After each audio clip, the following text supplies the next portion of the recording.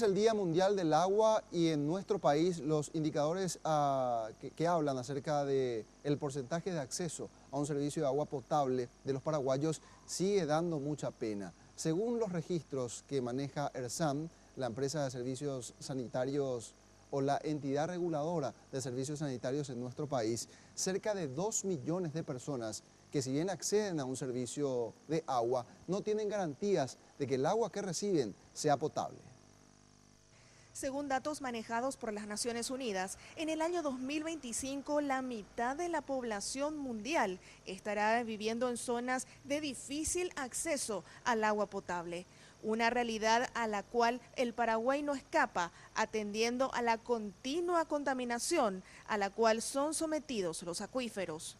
Porque la capacidad de recuperación del acuífero no es tan rápido como la capacidad que tenemos de contaminar, ¿verdad? El acuífero Patiño lo contaminamos todos, desde los desechos domiciliarios, los alcantarillados que no tienen tratamiento, los desechos industriales.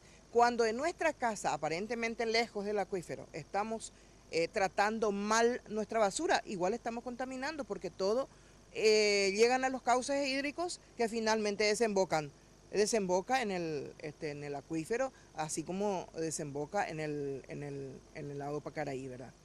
Según datos de la ERSAN, en los últimos años hubo grandes avances en cuanto a la provisión y distribución de agua.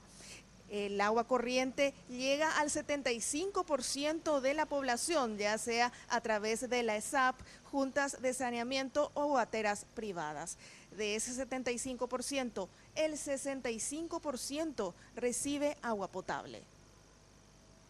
75% de la población paraguaya recibe agua a través del sistema por red.